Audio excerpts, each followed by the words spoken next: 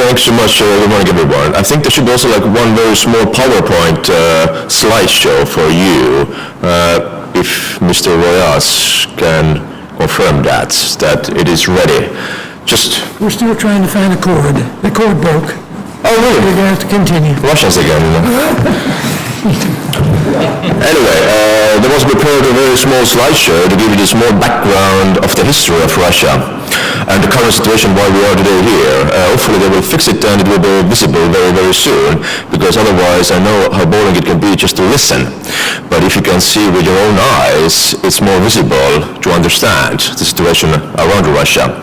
Anyway, the first slideshow, what will be very, very soon here, is about the wars after the Soviet Union, 1991, by Russia. Very often I've heard, like, especially in Europe, that Russia is not the same as it was Soviet Union. Russia is totally different. That it is not anymore Soviet Union. But if we are just looking at the facts, and we are looking also at the aggressions, invasions, attacks by Russia after 1991, I wouldn't see a very big difference. Just to start with 1991 against Georgia, against Moldova in Transnistria, 1992. If you look against Georgia, 1994. If you look on Chechnya, 1994 and 1999. If you go forward again with Georgia, 2008, Ukraine, 2014, and now again Ukraine. So the mentality and the way of aggression hasn't really changed. The second thing, have we ever heard that Russia has apologized for the historical aggressions against their neighborhood? Against Finland 1940, against Baltic states, against Ukraine, against Poland? We haven't heard any apologize, or even we haven't heard any recognize that they have done it. The official position has always been by Russia that they were giving liberty. Just, of course, with sending thousands of women and kids to Siberia. It was a great liberty, of course. And of course, the official position of Russia is still like 1940. Finland were provoking Russia, and that's why Russia had to protect themselves against Finland. That was and it's still the official position. And if you are still celebrating every year May 9 with a picture of Stalin with the red flags, the great liberation of half of the Europe, then nothing has changed. So your ambitions haven't changed. And as also Mr. Bolton just previously mentioned, that what has Vladimir Putin said, that the collapse of the Soviet Union was the biggest tragedy on the 20th century. And if you look at the messages, what they're giving to the whole world, I wouldn't say that there is any big difference between Soviet Union and Russia, just the name is different. But the mentality is totally the same. So the next slide should be here now, is about 2 months before the aggression by Russia to Ukraine, December 17 last year, when Russia proposed some kind of security guarantees by NATO and US to Russia.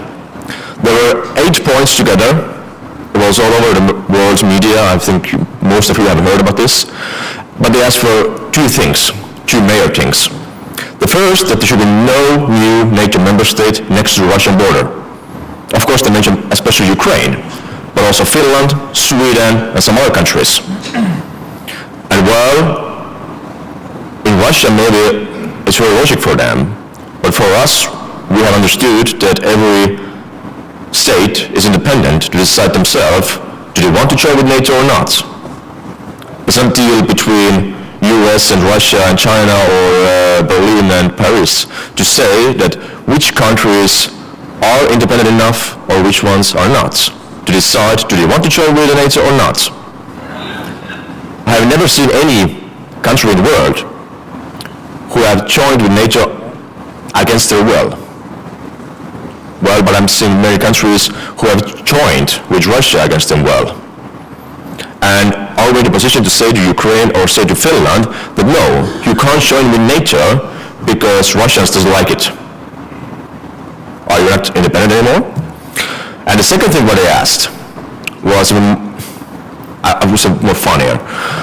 They asked that all the member states who joined with NATO after 1997, from those member states, just for example, Estonia, Latvia, Lithuania, Poland, Romania, Bulgaria, from all those countries all the NATO troops, and I'm talking about a few thousand men from Denmark, from Belgium, from Spain, who are staying in some NATO member states next to the Russian border, that all those troops have to get gone. And all the military exercises can organize only if Russia allows. And if you propose those two things to NATO and the US, can you all imagine what will happen if they will agree with this? NATO will be collapsed, there will be no NATO anymore, and we are back in the 1944 when few countries in the world are sharing the whole world and the European states. And I'm more than sure that Russia knew it. They knew it very well that it's impossible. But if you're asking impossible things, you can just legitimize internally in Russia for the public and for our own people that you see, we would like to have diplomatic solution. We will have negotiations with the Americans. But you see, they are not accepting our goodwill and best wishes. What can we do now? There is a huge risk in Ukraine that NATO troops and Americans will come to Ukraine and then our own security is in risk. I've never heard, I've never seen anyone in NATO member states that they have some kind of ambitions against Russian territories. Never. So if somebody tries to understand that Russia is really threatened, I'm always asking, like, about what? Who's the risk against Russia? But the problem, of course, why they are against NATO is that if you have too many NATO member states next to your border, you can't really go forward with your historical ambitions to restore some kind of influential area against next to your borders. Because there's always some risk that maybe Article number 5 of NATO treaty, maybe it will work. And if it will work, in this case, Russia will be gone. And also they know very well that they are not a global power. As is also mentioned here about China threat, it is absolutely right. China is the global player. China can be the security risk to the US, to Canada, to Spain, to all of us. But Russia is a local threat. But the local threat means it's a threat to the half of the Europe. If you look also at the territories that were occupied by the Russians in Ukraine in the first 3 months, those territories were about in the same size than all together Baltic states are. So sometimes it's easy to think on a better way that they were not capable to occupy all the country. And that's right.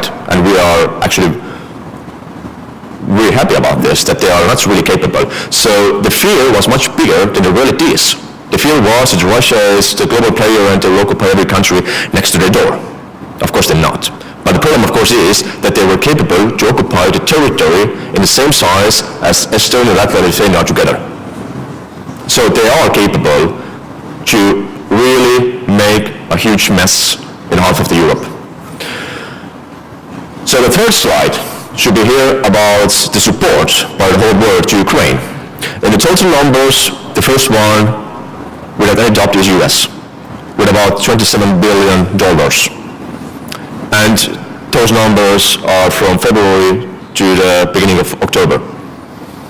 27 billions, and the next countries are coming with 3 billions, 2 billions, 1 billion. So if you would like to look this slide, what's not here, you can see that America is top one, without any doubt. But as you always know that you can talk about numbers in a different way. In the first way, it seems that US is really offering the most. But if you look at the other number, what should be now, oh, amazing. So this is the first slide. Let's go to the next one. All invasions organized by Russia after the Soviet Union. Third one. Well, this is 2 months before the aggression. It's just like the one article from the UK. It was all the world how Russia was proposing some kind of solutions with Ukraine. Next one. Oh, that's also very important as previous speaker mentioned about the countries who are still supporting Russian invasion and the countries who are against. So if you find your own country on the map, you can see which position your country is. But we can see clearly that half of the African countries are still supporting Russia, especially on the votings in New York in the United Nations. And at the same time, very many of those countries are getting very huge donations by Americans and the European Union.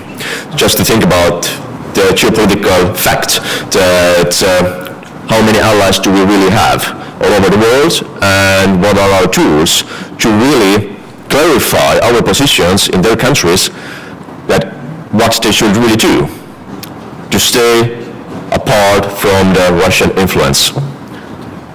Next one, please. So, here's the great numbers about the all amounts about donation. US, the first one, second one UK, then Poland, Germany, Canada, Norway, Denmark, Latvia, Czech Republic, and Sweden. So, it looks absolutely amazing, and I think all of us are very grateful to US for their donations. But if we're gonna look now the next slide, this is more realistic. This is the ratios about the GDP of the countries.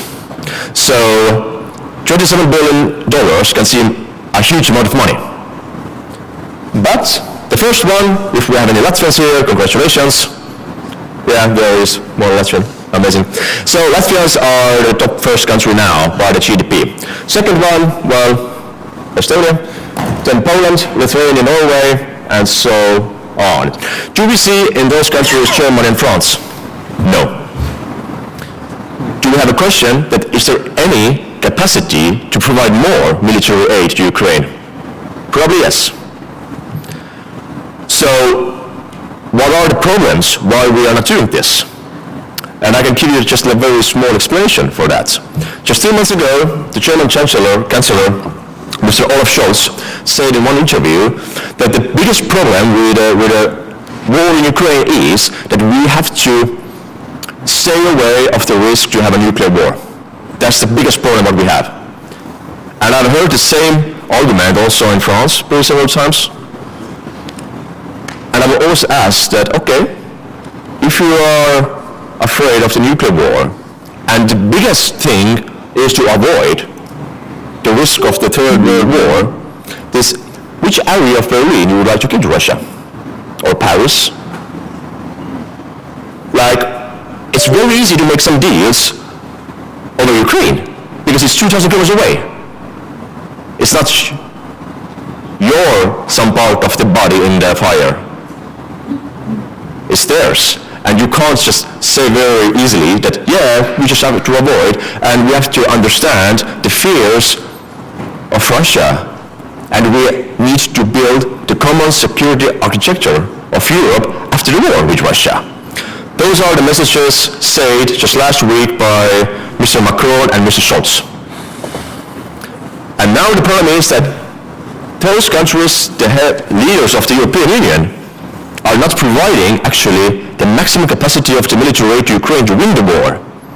And to show to Russia that it's not a very good idea anymore in the 21st century to try to occupy your neighbors and try to restore some kind of Russian empire.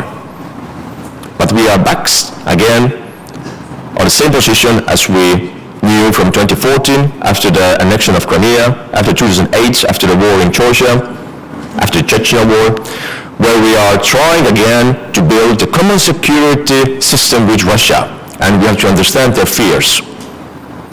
And this is the biggest risk for the next big war, because very, very probably, if Russia will occupy still some territories after the active war time, then I really don't see that their ambitions are gone, that their geopolitical interests are gone. Now they have time for 2, 3, 4 years to restore the military power, their capacity for the next provocations, for the next wars in the neighborhood. And then we are surprised again in 5 years why this country is again under attack by Russians. So nobody of us probably has no good solutions, because the fact is that there is always nuclear war risk. It will not disappear. at the same time, if we are too afraid, and I've seen also several times how even the Americans are afraid, just let's remember, 5-6 months ago, Poland were absolutely ready to give their old, so-called old, Russian-type fighter jets to Ukraine, MiG-29. And the only thing what they asked is, can Americans provide old F-16 fighter jets to Poland? And unfortunately, White House blocked that because of fear. That was the fear that maybe we will escalate the war. But the result now is that the war has lasted almost for a year. And thanks for this fear, we have thousands of more victims, more raped women and killed children, because we are so feared. So the only solution could be more military aid and to stop the war there and to show Russia, at least for the next 10-20 years, that there is no point to make any aggression again. I don't believe that we can change the Russian mentality and the Russian system forever, but at least we can avoid the next war for the next decades. Thank you so much. So hopefully it was interesting. If you have any questions, I'm more than happy to answer. Thank you.